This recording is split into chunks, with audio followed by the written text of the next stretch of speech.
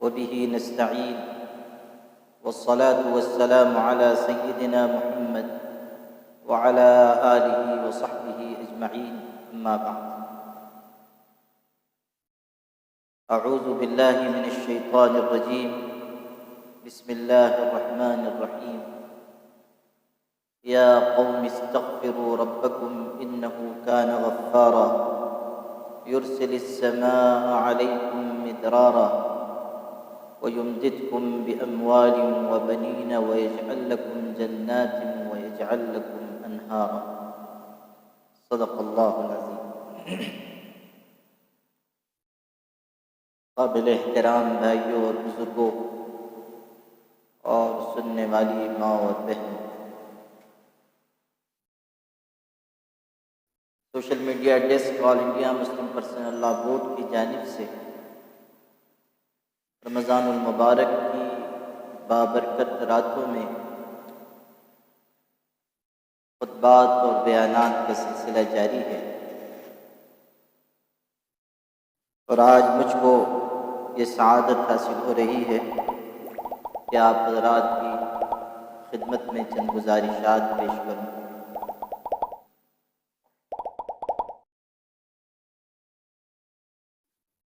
آپ سب کے علم میں ہے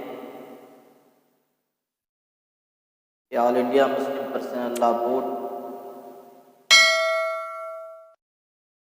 کے اراکین کو، اس کے ذمہ داران کو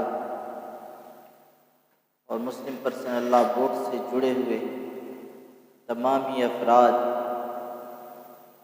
بلکہ ملت اسلامیہ کے تمام ہی افراد کو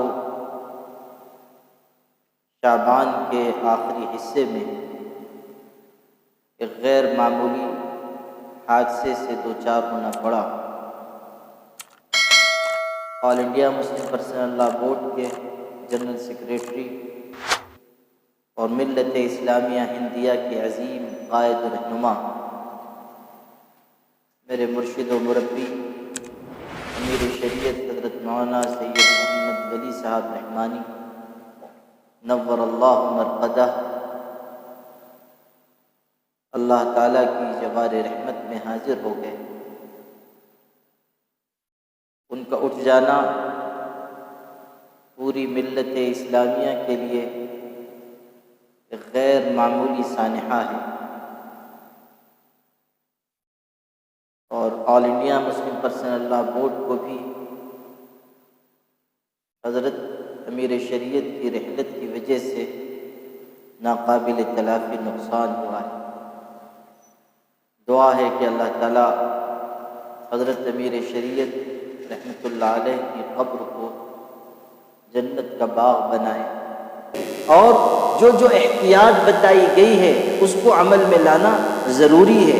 اگر ہم اس پر عمل کریں گے تو انشاءاللہ بہت حد تک وبا سے ہم محفوظ رہیں گے، اور جو شرعی رہنمائی ہے، توبہ، استغفار، صدقہ خیرات، ذکر الہی، صبح شام کی مسنون دعائیں، حضور صلی اللہ علیہ وسلم نے حضرت انس کو دعا سکھائی کہ یہ دعا پڑھ لو گے تکلیفوں سے محفوظ رہو گے۔ بسم اللہ الذی لا یضر مع اسمہ شیء فی الارض ولا فی السماء وہو السمیع العلیم۔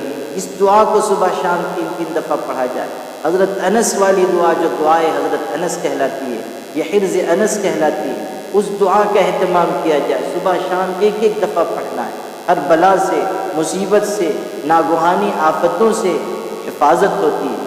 حضور صلی اللہ علیہ وسلم نے ہمیں قرآن مجید جیسی بڑی نعمت عطا کی جس میں روحانی بیماریوں سے بھی شفا رکھی ہے، اور جسمانی بیماریوں سے بھی اللہ تعالیٰ نے اس میں شفا رکھی ہے۔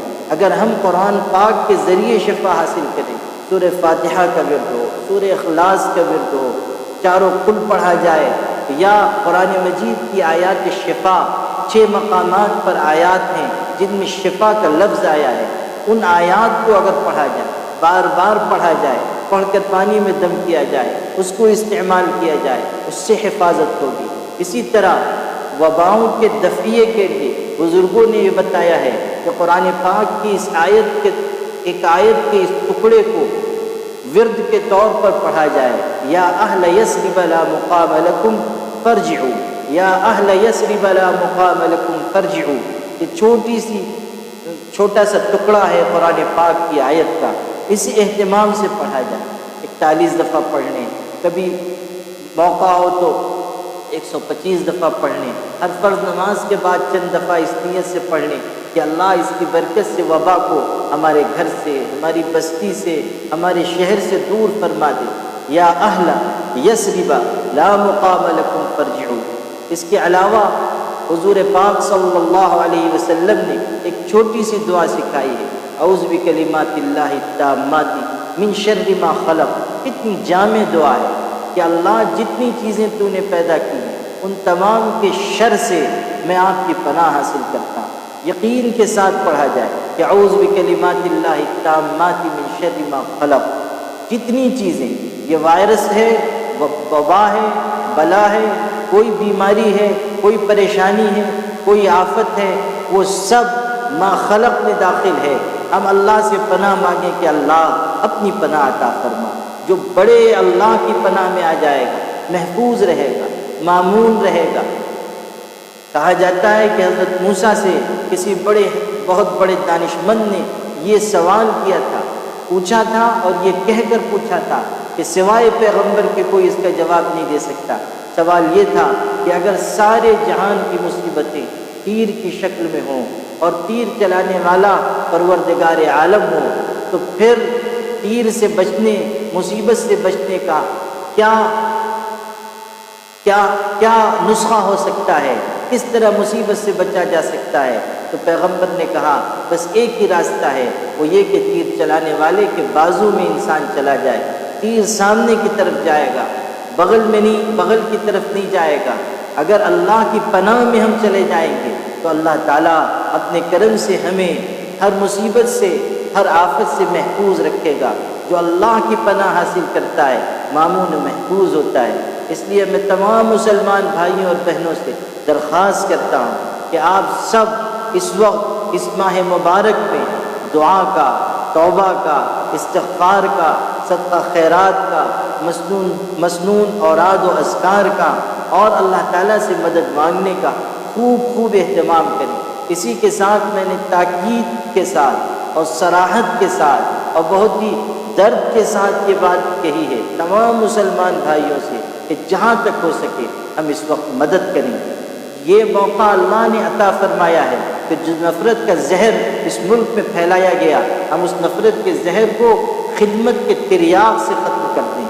جو زہر پھیلایا گیا، جو زہر کی آگ لگائی گئی ہے، ہم ہمدردی اور غمخواری کا پانی اس آگ پر ڈال دیں۔ یاد رکھیے گا، اگر اس موقع کو ہم نے غنیمت جانا اور خدمت کی اور لوگوں کے سامنے صحیح اسلام کا نمونہ پیش کیا اور اسلام کی صحیح تصویر پیش کی تو اس کے بہت دور رس فوائد ہوں گے۔ خدمت ہمیں سکھائی گئی ہے، خدمت ہمارے خمیر و ضمیر میں شامل ہے، خدمت ہماری کتاب مقدس کی ہدایت، خدمت ہمارے پیغمبر حضرت محمد صلی اللہ علیہ وسلم کا چھوڑا ہوا نمونہ ہے۔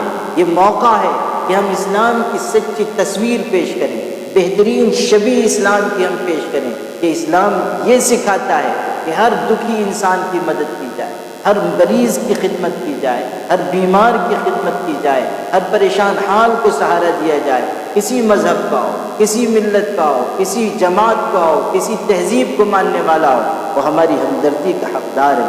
جو ہمارے پاس وسائل ہیں ہم اس کو استعمال کریں۔ بڑے بڑے اسکول ہیں، مسلمانوں کے پاس کالجز ہیں، مدارس ہیں، اگر ہم یہ نمونہ پیش کریں کہ مدرسوں میں ہم مریضوں کو آنے کا موقع دیں، ہم اسکول کھول دیں کہ یہاں مریضوں کو رکھا جائے، جو ہم سے ہو سکے گا ہم خدمت کریں گے۔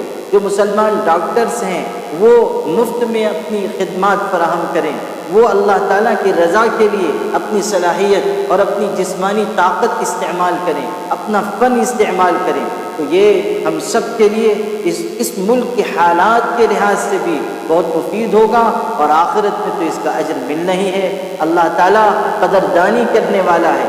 ما یفعل اللہ بعذابکم ان شکرتم وآمنتم وکان اللہ شاکرا علیما۔ اللہ سے بڑھ کر کوئی قدردان نہیں ہے۔ اللہ تعالیٰ چھوٹی سے چھوٹی نیکی کی بھی قدر کرتا ہے۔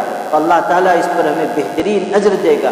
حضرت ابوبکر صدیق رضی اللہ تعالیٰ فرمایا کرتے تھے جس طرح مال پر زکوٰۃ ہے اسی طرح انسان کے جسم پر بھی زکوٰۃ ہے، یعنی جس طرح مال کا ایک حصہ اللہ کے راستے میں دینا ضروری ہے زکوٰۃ کے عنوان سے، اسی طرح جو طاقت اللہ نے دی ہے، جو صلاحیت دی ہے، جو جسمانی قوت دی ہے، اس کا بھی ایک حصہ لوگوں کی خدمت کے لیے خرچ ہونا چاہیے، اور اس کا یہ بہترین موقع ہے۔ All India Muslim personal law board کی طرف سے میں تمام مسلمان بھائیوں سے درخواست کرتا ہوں کہ وہ خدمت کا مزاج اپنائیں اور دوسروں کی بھی خدمت کریں، اپنے خاندان کی بھی، اپنے گھر والوں کی بھی، رشتہ داروں کی بھی، جہاں تک ہو سکے ہم خدمت کریں۔ کیا عجب کہ اللہ اسی خدمت والے عمل سے خوش ہو کر اس بلا کو ہم سے دور فرمائے۔ اللہ پاک ہم سب کو نیک ہدایت، نیک توفیق عطا فرمائے۔